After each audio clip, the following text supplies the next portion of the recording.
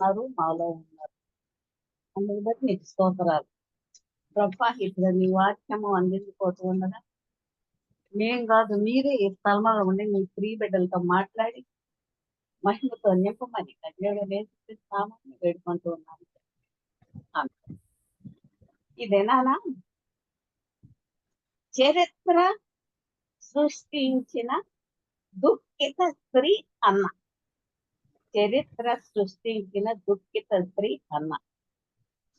మొదటి సమూయేలు 1:11 ఆమె పెదవులు మాత్రము కదులుచుండి ఆమె స్వరము వినబడక ఉండేది కనుక ఏలి ఆమె మత్తురాలై ఉన్నది అనుకోండి.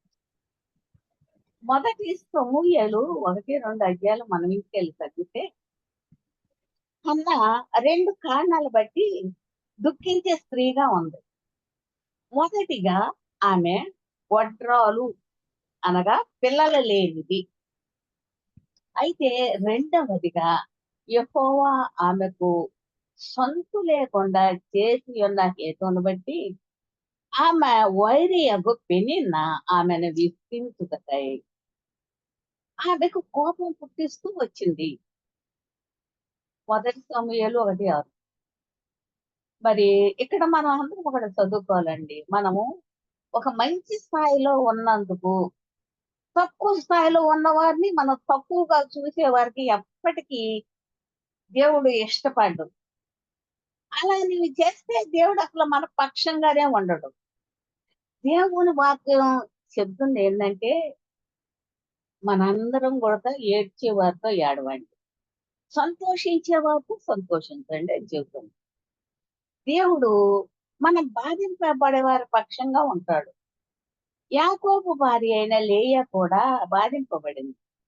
లేయా పనికి రాని భార్య కనుక యెహోవా ఆమెను చేర్చుకొని ఆమెను దీవించాడు. ఆమె కూడా చరిత్ర సృష్టించిందిగా మారింది. అదే విధంగా దేవుడైన యెహోవా హన్నాను కూడా ఆశీర్వదించాడు. మన కుటుంబంలో లేక మన సంఘములో దుఃఖించే వారు ఉన్నట్లయితే అగ్నికి ఆజ్యం పోసినట్లు మనం ఎవ్వరూ చేయకూడదు.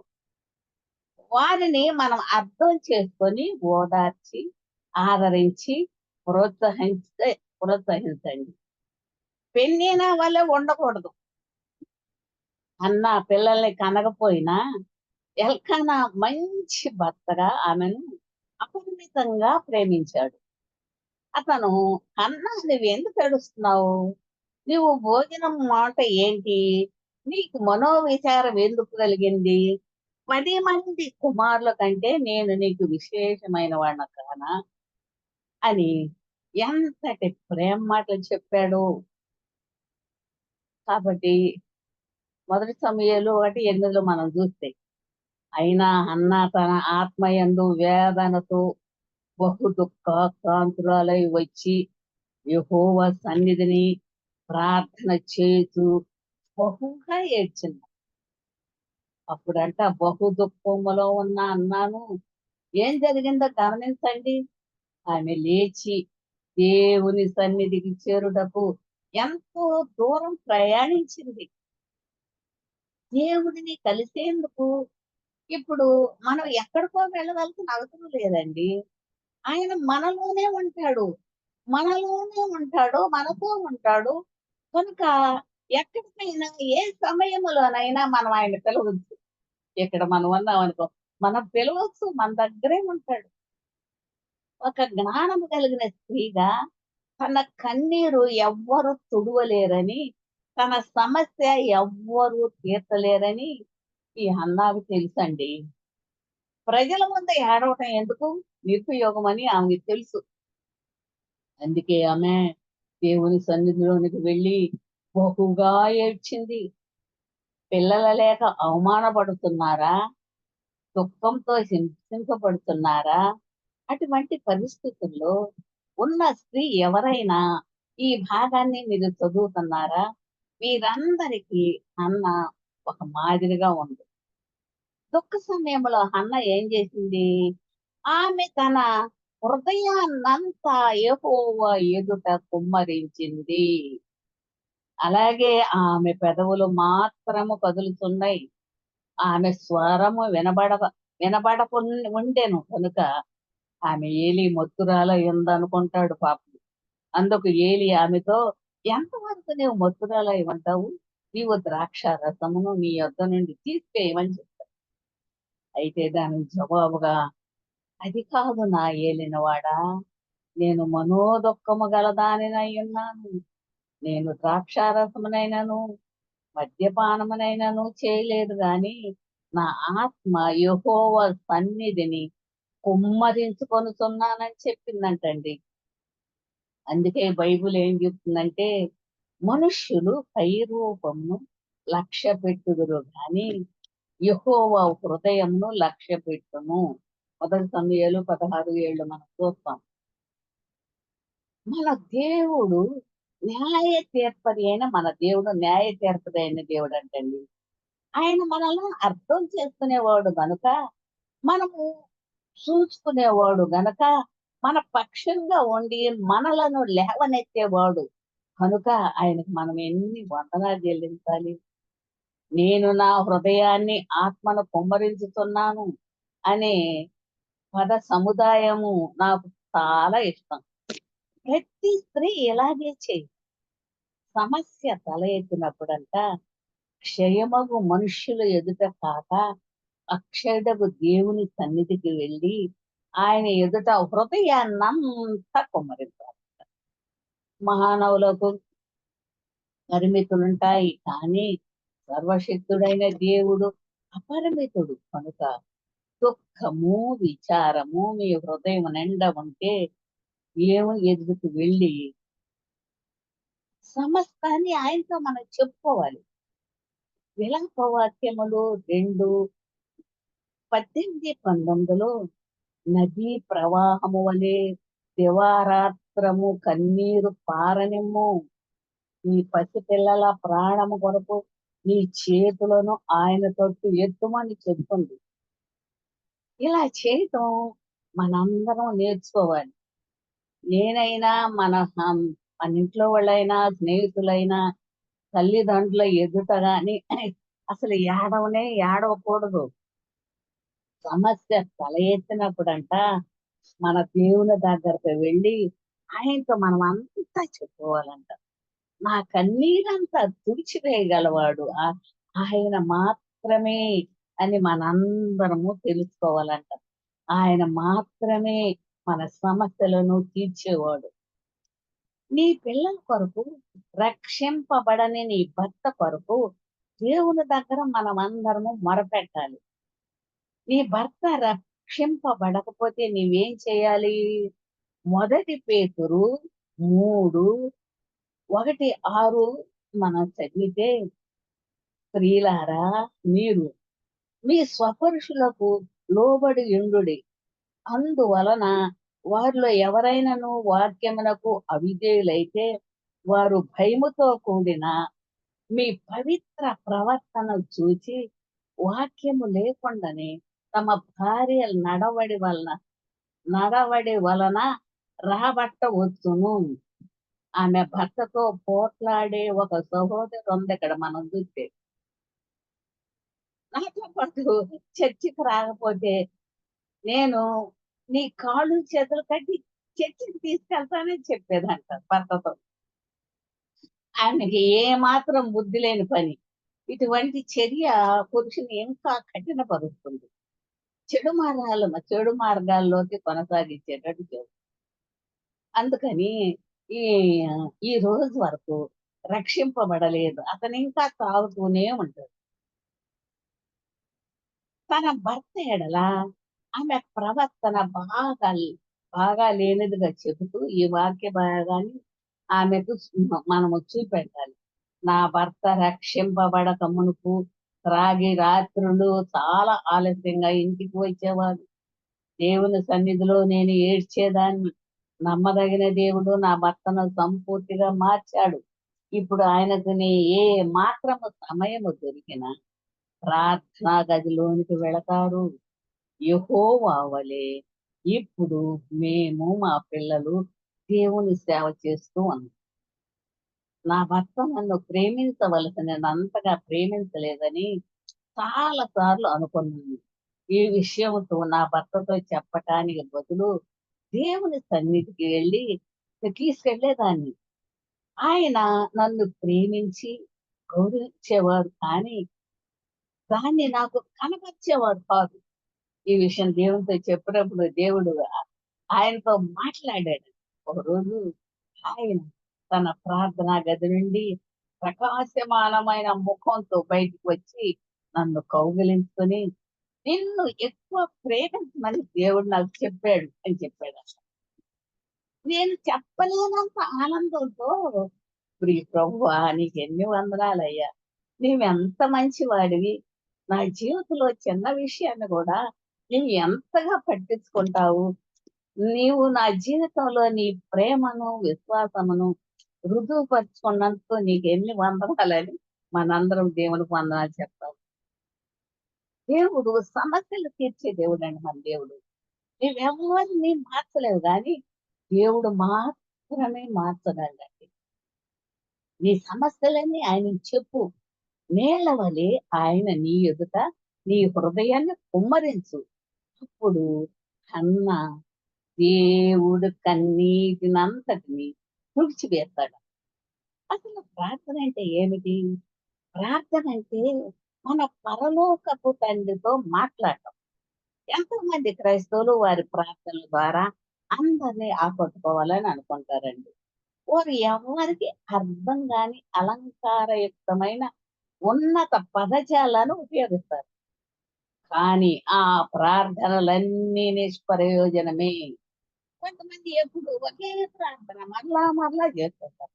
అందుకే యేసు ప్రభువారు మత్తయి సువార్త 6:7, 8లో మీరు ప్రార్థన చేయనప్పుడు అన్యజనుల వలె వ్యర్థమైన మాటలు వచింపవద్దు, విస్తరించి మాట్లాడవద్దు. తమ మనవి వినబడునని వారు తలంచుతున్నారు.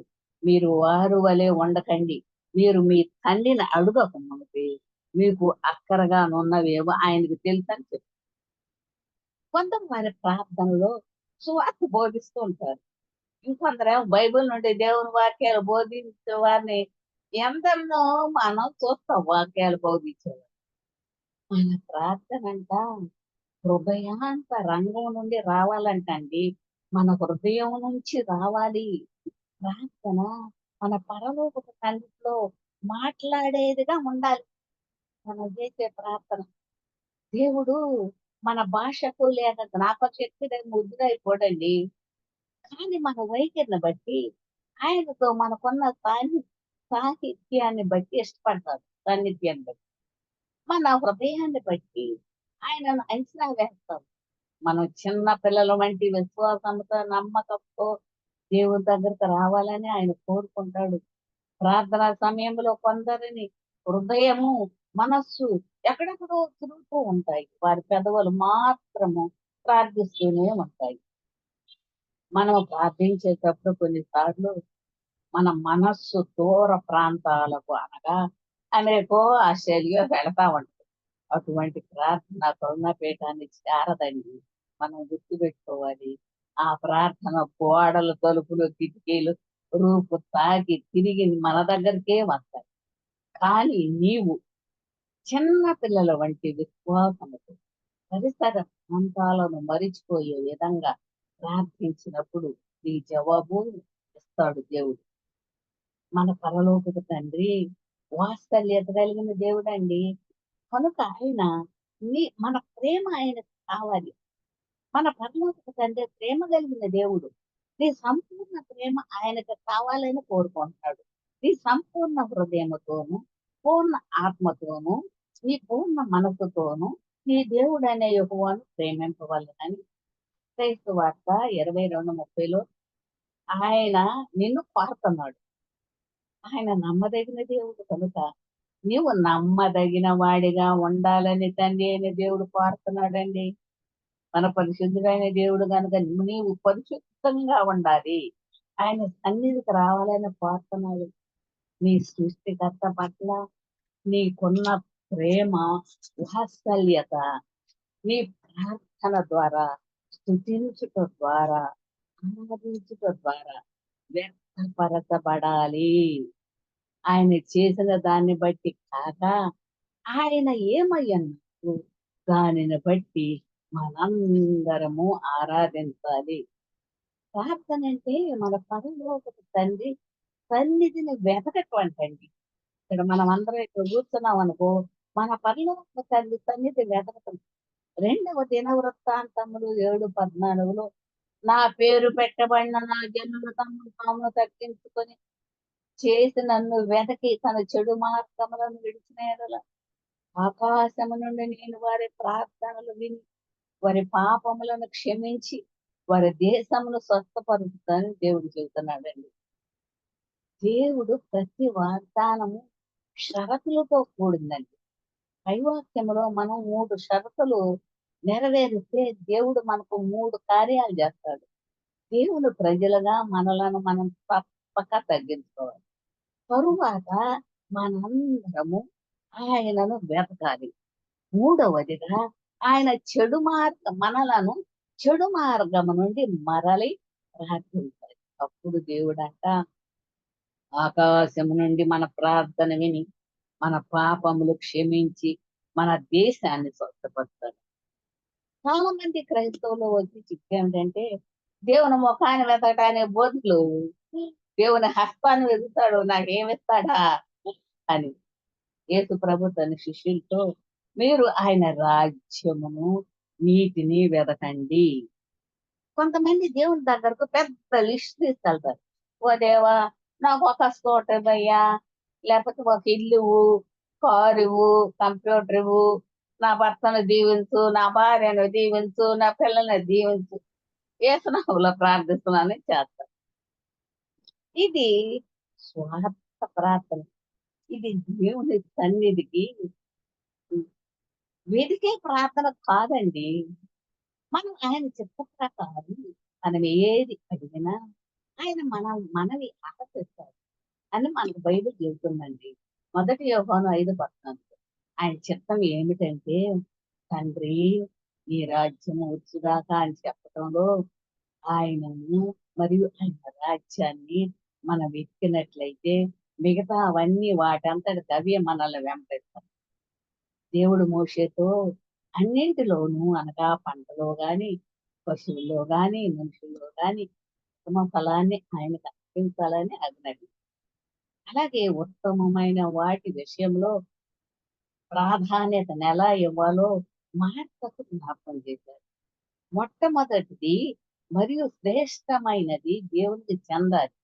యేసు ప్రభు మరియను మెచ్చుకున్నాడు. ఎందుకంటే ఆమె ఒకే ఒకటి మరియు శ్రేష్టమైనది అనగా ఆయన సన్నిధిని ఆయన మాటను ఎన్నుకొందంటండి. ఆమెకు ఒకటే ఒకటి అవసరమైంది. ఆమె నుండి తీసివేయబడదని మంచి భాగాన్నే మరి ఎన్నుకొంద లోక 10:40 కీర్తన 27:4 దావీదు అంటాడు యెహోవా యొద్ద ఒక రాయి బసము అడిగాను దాన్ని నేను వెతుకుతున్నాను. యెహోవా ప్రసన్నతను చూచుటకు ఆయన ఆలయములో ధ్యానించుటకు నా జీవిత కాలం అంతయు నేను యెహోవా మందిరములో నివసించుకోతున్నాను అని అని చెప్తాడు. అయితే మనం అదే ఎలా ప్రార్థిద్దాం? దేవుడి ముఖాన్ని వెతకడంలో దావీదు కంట ఎంత ప్రేమో. మళ్ళా దావీదంట కీర్తన 63:1-2 దేవా నా దేవుడవు నీవేనయ్యా, వేకువనే నిన్ను వెతుకుతాను, నీ బలము ప్రభావము చూడవలనని నా పరిశుద్ధాలయం నందు నేనెంతో ఆశతో నీ తట్టు కనిపెడుతున్నానయ్యా.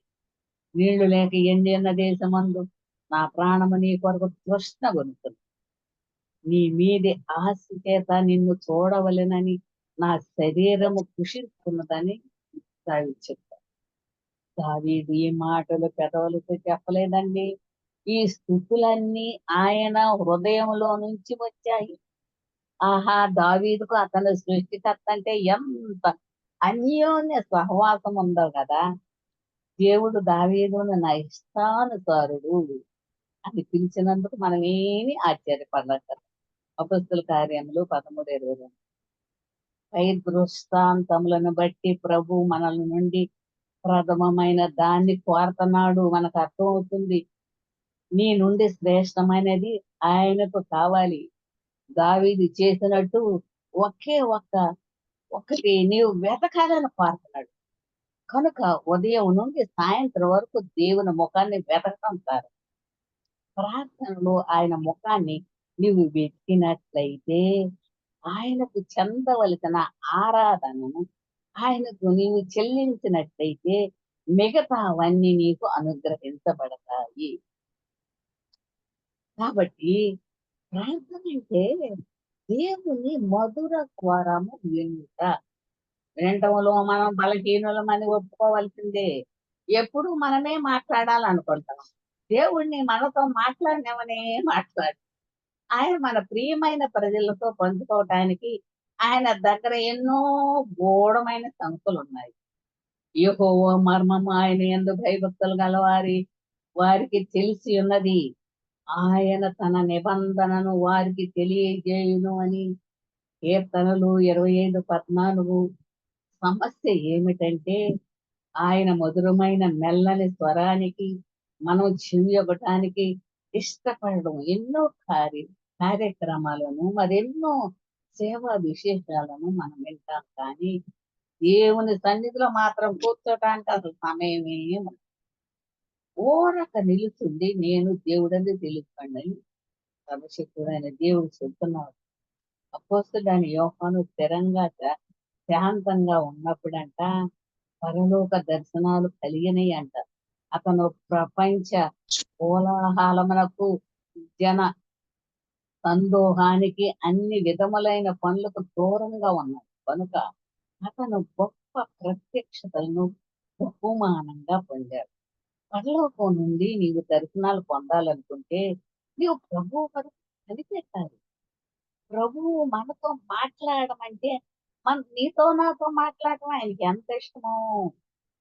ఈ ఉదయం మా కుటుంబ ప్రార్థన ఆయన సన్నిధిలో గడుపుచుండగా నా చెవిలో ప్రభు తన ప్రేమ పలుకులు వినిపించాడని ప్రభు అనుకుంటాడు. నేను నిన్ను ప్రేమిస్తున్నానని మనం ప్రశస్తమైన నా కుమార్తె, నేను కూడా నిన్నెంతో ప్రేమిస్తున్నానని ప్రభు చెబుతాడండి. ఆయన మరి మనం చెవి గలవాడు వినుగాక అని చెప్పాలి. పరిశుద్ధాత్ముడంట నీ చెవిలో చెప్పే మాటలను వినేందుకు మనం సిద్ధంగా ఉండాలి. మీరు ప్రార్థన చేయనప్పుడు దేవుని మాటలు వింటే మీకెంతో సంతోషం అనిపిస్తుంది. ఎందుకంటే మీతో పంచుకునేందుకు ఆయన దగ్గర ఎన్నో విషయాలు ఉన్నాయంట. ప్రార్థన అంటే మన పరలోకపు తండ్రితో నడవటం. ఆదాము అవ్వలు పతనం కాక మునుపు దేవునితో మంచి సహవాసం కలిగి ఆయనతో కలిసి నడిచారు. ఒక తండ్రి తన పిల్లలతో మాట్లాడినట్టు దేవుడు వారితో మాట్లాడేవాడు. ప్రతిరోజు చల్లటి పూట ఏదేను వనములు ఆదాము అవ్వలు దేవునితో కలిసి నడిచేటప్పుడు ఎంతో ఆనందించేవారు. పరిశుద్ధతలో దేవునితో కలిసి నడవటం మరియు మాట్లాడటం కంటే అసలు మిన్నైంది మరొకటి ఉందా? నీవు గాని నేను గాని ఆయనతో నడిచేటప్పుడు మనంతటా మనమే ఆయనతో మాట్లాడతాం మరియు ఆయన ముఖాన్ని మనం చూస్తాం. తన పిల్లలు సంపూర్తిగా ఆయనపై ఆధారపడాలని ప్రభువారు కోరుతున్నాడు. చిన్న పిల్లలకున్న విశ్వాసం వలె మనం సంపూర్ణంగా నమ్మాలి. ఆయన కోరుతున్నాడు మనందరం నమ్మాలని. నిత్యము ఆయన యందు నమ్మిక ఉంచితే మనకి ఎంత మంచిదో కదా. మనము దేవుని ఆజ్ఞలను శిరసావహించి విధేయతతో వాటిని అనుసరించి నడుచుకుంటే ఎన్నో ఆశీర్వాదాలు మన కొరకు దాచిపెట్టి ఉన్నాయని ద్వితీయోపదేశ కాండము పదే పదే చెబుతున్నాయి. మన విధేయతతో నడుచుకుంటే అబ్రహాముకు, ఇస్సాకు, యాకోబు ఇవ్వబడిన ఆశీర్వాదాలన్నీ యేసుక్రీస్తు ద్వారా మనవి ఉంటాయి. ఆయనతో నువ్వు ఎలా నడుస్తావు? దేవుని ఎదుట దేన మనసు కలిగి నడవాలంట. విశ్వాసంతో నడవాలంట. ఆత్మానుసారంగా నడవాలి. ఆయనతో ప్రేమ కలిగి ఉండాలి. వెలుగు సంబంధుల వలె నడవాలి. జ్ఞానముతో నడవండి. హానోకు వలె దేవునితో నడవాలి. హానోకు దేవునితో నడిచాడు. దేవుడు అతన్ని తీసుకువెళ్ళిపోయాడు కనుక హానోకు ఇక లేడు.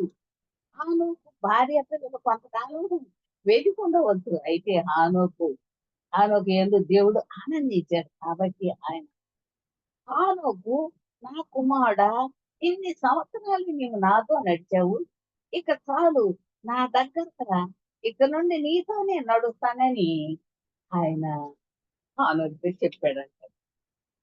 కాబట్టి పరిశుద్ధత, ప్రేమ, విధేయత కలిగి ప్రభుతో మనము నడిచినట్లయితే నీకు మరియు నాకు కూడా ఇలాగే జరుగుతుందని మనం ఆలోచించుకోవాలండి.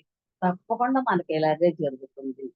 ఉదయం నుంచి రాత్రి వరకు పరలోకమందున్న నా తండ్రితో నడవటం మనం అందరం నేర్చుకోవాలి. ఆయనతో ఎల్లప్పుడూ మాట్లాడుతూనే ఉండాలి. తనలో తాను మాట్లాడుకుంటూ ఏమైంది ఆమె మాట్లాడుకుంటుంది ఇంకేమైందో అని అనేకులు అనుకోవచ్చు. ఏం పర్వాలా, వారు అలాగే అనుకోని ఇది నా దేవునికి నాకు మధ్య జరిగేది.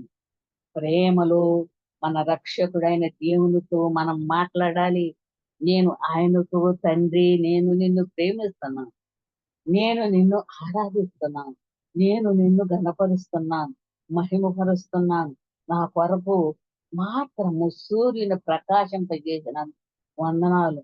నా కొరకు పక్షుల కిలకరావములు బట్టి, అందమైన చెట్లను బట్టి, మొక్కలను బట్టి, అందమైన పుష్పాలను బట్టి, ఈ ఈచుటకు నీవు పంపించే చల్లని పిల్ల గాలును బట్టి, నా కొరకు చేసిన వాటిని అన్నిటిని బట్టి, నీకు వందనాలను బట్టి నిన్ను కొనియాడుతున్నానయ్యా. నీవు నా ప్రియమైన తండ్రి, నేను నీ ప్రియమైన బిడ్డను. నా తండ్రి నేను ప్రేమించబడుతున్నందుకు నాకు ఎంత ఆనందంగా ఉంది. నీవు నీ బిడ్డగా అయినందుకు ఆనందాన్ని పట్టలేకపోతున్నాను. తండ్రి, నీవు ఎంతో మంచి దేవుడవు. నీ కృప నిరంతరము అనుదినము నూతనముగా నీకు వాత్సల్యము పుట్టుతున్నది. నీ కృప నన్ను విడిచిపోదు అని మనందరము ప్రార్థించాలండి. ఈ విధంగా మన పరలోకపు తండ్రితో మనం మాట్లాడుతూనే ఉండాలి. మన పరలోకపు తండ్రితో ఇలా మాట్లాడుతూ నడుస్తూ అందరూ ఇదంతా బుద్ధి లేదేమోకి అనుకోవచ్చు. తెలుగుకు వచ్చిన వార్త నశిస్తున్న వారికి వెతుకనగా మనకి దేవుని శక్తి 1 కొరింథీ 1:18 మనం చూస్తాం. దేవుడు నాకు మధ్య జరిగేది ఏంటంటే, అందరూ ఏమనుకున్నా ఏమనుకోకపోయినా అసలు నేను పట్టించుకోను. ఏ విధంగానైనా సరే ఆయనకు ఇష్టరాలుగా ఉండాలని నాకు కోరిక. మీ ధ్యేయం కూడా అదేగా ఉండాలి. ప్రార్థన అంటే మనం అడగాలండి, వెతకాలి, మరి తట్టాలి. అడుగుడి మీకు ఇవ్వబడును, వెతకుడి దొరుకును, తట్టుడి తీయబడును, అడుగు ప్రతివాడును పొందును, వెతకువానికి దొరుకును, తట్టువానికి తీయబడును. మీలో ఏ మనుషుడైనను తన కుమారుడు తన రొట్టెని అడిగినడలా అతను రాతినిచ్చునా, చేపనడిగిన పామునిచ్చునా, గుడ్డునడిగితే తేలినిస్తాడా? కాబట్టి మీరు చెడ్డవారయ్యుండియు మీ పిల్లలకు మంచి ఈవులు నిన్ను ఎరిగి ఉండగా, పరలోకమందున్న మీ తండ్రి తన్ను అడుగు వారికి పరిశుద్ధాత్మను ఎంతో నిశ్చయముగా అనుగ్రహిస్తాడు. దేవుని ప్రతి వాగ్దానము షరతులు కలిగి ఉంది. నీవు అడిగితే తప్పకుండా మనం పొందుతామండి. నీ వెదకితే మనకు దొరుకుతుంది. నీవు తట్టితే తలుపు తెరుచుకుంటుంది. దీన్ని బట్టి అడగకపోతే పొందలేదు, వెదకకపోతే దొరకదు, తట్టకపోతే నూతన తలుపులు తెరుచుకోవు. మీరున్న అడుగనందున మీకేమి దొరకటలేదు కనుక అడుగుడి మీకు ఇయ్యబడును అని యేసు ప్రభువారు చెప్పాడు. అంత మాత్రమే కాదు, యోహాను సువార్త 10:7 మనం చూస్తే, నా యందు మీరును మీ యందు నా మాటలను నిలిచి ఉండిన యెడల మీకు ఏది ఇష్టమో అడుగుడి, అది మీకు అనుగ్రహింపబడు అని ప్రభువారు చెప్తాడు. ఎంత ప్రేమ కలిగిన రక్షకుడండి. మనం ఆయనను అడగాలని ఆయన కోరుతున్నాడు. మనం ఎలా ఆయన అడగాలి? మనం అంటే విశ్వాసంతో. అందుచేత ప్రార్థన చేయనప్పుడు మీరు అడుగుతున్న వాటినల్లా మేము పొంది ఉన్నాము అన్నాము. అప్పుడు అవి మీకు అనుగ్రహించబడునని చెప్తాడండి. హన్న అడిగిందంట, పొందిందంట. ఎస్తేర్ అడిగింది, పొందింది. నెహెమ్యా అడిగాడు, పొందాడు. సొలొమోను అడిగాడు, పొందాడు. నీవు ఆయనను అడిగావా? మనం ఎప్పుడైనా ఆయన అడిగావా? మీరు అడుగుతూనే ఉండండి. ఒక రోజు కాదు, 2 రోజులు కాదు. మీరు జవాబు వచ్చే వరకు మనందరం అడగాలండి. కీర్తనకారుడు చెప్పినట్లు, ఆకాశమందు ఆసీనుడవైన వాడా, నీ తట్టు నా కన్నులెత్తుతున్నాను. దాసుల కన్నులు తన యజమాని చేతి తట్టును, దాసి కన్నులు తన యజమానురాలు చేతి తట్టు చూసినట్లు మన దేవుడైన యెహోవా మనలను కరుణించును. ఆయన కన్నులు ఆయన తట్టు చూచుతున్నవి. కీర్తనలు 123, 2, 1, 2. తర్వాత వెతకుట, వెతకుట ఒకటి చెప్పింది. వెతకుట. పిల్లలు దావత్ మూతలు ఆడుకోవటం మనకు తెలుసు. అలాగే ఒకసారి మన పరలోక తండ్రి పిల్లలతో దావుడు మూతలు ఆడతారు. ఇది విశ్వాస పరీక్ష. మన ప్రార్థనకు వెంటనే జవాబు రానప్పుడు, ఓ దేవుడా నువ్వు ఎక్కడున్నావు, నన్ను మర్చిపోయావా అని అనుకుంటాం. అటువంటి సమయంలో నేను ఏమాత్రం నేను విడువను, నేను ఎన్నడూ ఎడబాయను. వాగ్దానం జ్ఞాపకం చేసుకోవాలి. హెబ్రీయులకు రాసిన పత్రిక 13:5. దేవుని ముఖాన్ని, సన్నిధిని వెతకమని బైబిలే మనకు చెబుతుందండి. దావీదు సమస్తాన్ని పోగొట్టుకున్నప్పుడు, కనీసం తను ఓదార్చేవారు ఎవరు లేనప్పుడు అతను ఏం చేశాడు అనుకున్నారు? ప్రభువులో తనను తాను బలపరుచుకున్నాడు. నీవు నేను అలాగే చేయాలి. ఆలస్యాలు దుర్వినియోగాలు కాదని జ్ఞాపకం ఉంచుకోవాలి. నీ ప్రార్థనలన్నీ పరలోకపు పోస్ట్ ఆఫీస్ లో నమోదు చేయబడ్డాయి. వాటన్నిటికీ నీవు నిర్ణయించిన సమయంలో జవాబులు వస్తాయి. దేవుని పనులు ఎప్పుడు మనకు అగోచరంగా ఉంటాయి. నా తలంపులు మీ తలంపులు వంటివి కావు. నా త్రోవలు మీ త్రోవలు వంటివి కావు. కాబట్టి మనము తక్కువ, ఎవరైనా నెమ్మదిగా తలుపు పడితే నీకు వినపడకపోవచ్చు.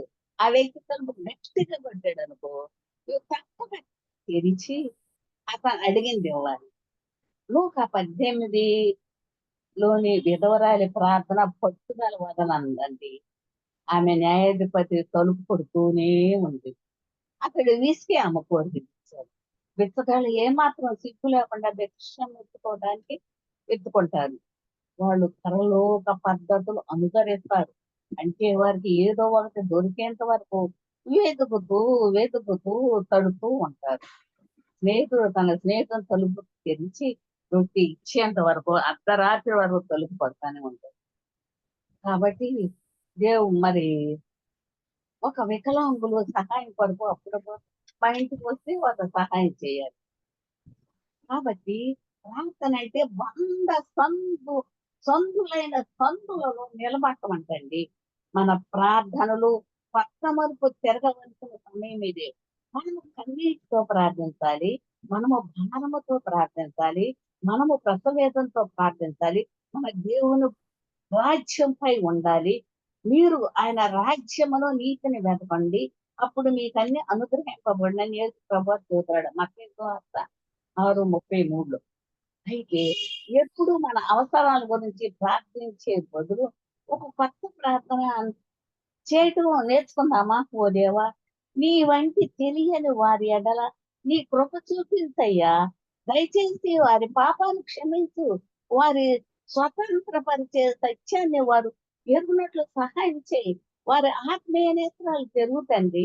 మా దేశంలో, మా రాష్ట్రంలో, మా పట్టణంలో, మా గ్రామంలో నీ రాజ్యం వద్దుగా కానీ మన అందరం ప్రార్థన చేయాలండి. సొదొమ గొమొర్రాల కొరకు అబ్రహాము బద్దలైన సందులో నిలబడి విజ్ఞాపన చేశాడు. దేవుడు సొదొమ గొమొర్రాలను నాశనం చేయాలనుకున్నాడు. దానికంటే ముందు ఆయన స్నేహితుడైన అబ్రహాముకు ఈ రహస్యాన్ని చెప్పాలనుకున్నాడు. ఆదికాండము 18, 17, 33. మన ప్రధాన యాజకుడని యేసు తండ్రి కుడిపార్శ్వంలో కూర్చొని 24 గంటలు మన కొరకు విజ్ఞాపన చేస్తున్నదండి. మోషే ఇశ్రాయేలు కొరకు బద్దలైన సందులో నుండి నిలబడి వారి కొరకు, ఓ దేవా, నీకు ఇష్టమైతే నన్ను నాశనం చెయ్యి గాని ఈ ప్రజలను శిక్షించవద్దని చేశాడంటండి. నెహెమ్యా కూలిపోయిన యెరూషలేము గోడల నిమిత్తము ఎన్ని రోజులు ప్రార్థించాడు, మొరపెట్టాడు. నీవు అటువంటి ప్రార్థనని భారం ఉందా? ఇనిమై ఏడ్చి ప్రార్థించాడండి. దేవుడు ప్రవక్తల అందరి హృదయాల్లో గొప్ప భారాన్ని ఉంచాడు. వారంతా ఓ దేవా నేను ఎక్కడ ఉన్నాను, బండలైన సందులో నిలబడి నేను సిద్ధంగా ఉన్నాను. యోబు ఏం ప్రార్థించాడు? తన స్నేహితుల కొరకు ప్రార్థించాడు. దాని ఫలితంగా యోబు నష్టపోయినదంతా తిరిగి ఇవ్వటమే కాక దానికి రెండంతలుగా ఆశీర్వదించాడు. ఎస్తేరు బండ సందులో నిలబడి ఆమె రాణి అయినప్పటికీ హాయిగా కూర్చోక 3 రోజులు ఉపవాసం ఉండి ప్రార్థించిందండి. తన ప్రార్థనకు జవాబు వచ్చింది. యెహెజ్కేలు హృదయంలో దేవుడు భారాన్ని ఉంచాడు. యెహెజ్కేలు 37 అధ్యాయం చదివితే దేవుడు ప్రవక్తలను ఎండిన ఎముకలున్న లోయలోనికి తీసుకెళ్ళి నరపుత్రుడా ఎండిపోయిన ఈ ఎముకలన్నీ బ్రతుకుగలవా అని అడిగాడు. అప్పుడు యెహెజ్కేలు ప్రభువా యెహోవా అది నీకే తెలియనన్నాడు. అప్పుడు ఆయన ప్రవక్తతో ప్రవచనం ఎత్తి ఎండిపోయిన ఈ ఎముకలతో ఇట్లను అన్నాడు. యెహెజ్కేలు ప్రవచింపగా వెంటనే జీవాత్మ వారిలోనికి వచ్చింది. వారు సజీవులై లేచి లెక్కింప శక్యముగానే మహా సైన్యముగా నిలిచారు. అదే విషయాన్ని మన హిందూ దేశంలో ఉన్న ఎండిన ఎముకలతో నిన్ను నన్ను ప్రవచనమెత్తి చెప్పమని దేవుడు చెబుతున్నాడండి. నీ చుట్టూ ప్రవక్తలంతా ఎండిన ఎముకలతో నీకు కనపడటం లేదా? వాటి విషయమై నువ్వేం చేయాలనుకుంటున్నావు? వాటిని చూసి కళ్ళు మూసుకుంటున్నావా? వారి పట్ల నిజమైన భారం ఉందా? వ్యాయామం కొరకు ఉదయకాలం లేచి సాయంకాలం వరకు నడిచి వెళ్ళేటప్పుడు విశ్వాసంతో ప్రార్థన చేయాలి. నడిచేటప్పుడు కూడా ప్రార్థన చేయొచ్చంటండి. కాబట్టి ప్రతి విశ్వాసి ఒక ప్రవక్త లేక ఒక ప్రవక్తి అని అర్థం. మనం పనిచేసే ప్రాంతంలో మరి బస్సులో ట్రైన్లో వెళ్ళేటప్పుడు అలాగే ఆఫీసులకు ఆసుపత్రికి ఎక్కడికి వెళ్ళినా సరే ప్రవచించాలని ప్రభు వారు కోరుతున్నాడండి. మీ కొరకు నా కొరకు యేసు ప్రభు బద్దలైన సొందుగా నిలబడ్డాడు కనుక మనం రక్షింపబడ్డాం. దేవుడు నీ హృదయంలో నశించిపోయే ఆత్మల పట్ల భారం పెట్టినట్టయితే నువ్వు ఒకటి చేయాలి. నీవు ఒక నోట్ బుక్ లేక డైరీ తీసుకొని నీ కుటుంబంలో బంధువులు స్నేహితులు ఇరుగు పొరుగు వారు రక్షింపబడిన వారు ఎంత మంది ఉన్నారో వారందరి పేర్లు అందులో వ్రాయి వారు రక్షింపబడే వరకు ప్రార్థిస్తూనే ఉండు. నేను ఎందుకు చేస్తానంటే ఆత్మలను తప్ప మరేది మన పరలోకానికి తీసుకెళ్ళలేము. కనుక బండలైన సందులో నీవు నిలబడు. నీ అంత్య దినములలో ఇటువంటి ప్రార్థన నీవు చేయాలని ప్రభు మన అడుగుతున్నాడు. ఆ విధంగా చేయటానికి పరిశుద్ధాత్మ దేవుడు తోడై ఉండి నడిపించును కాక. ఆమె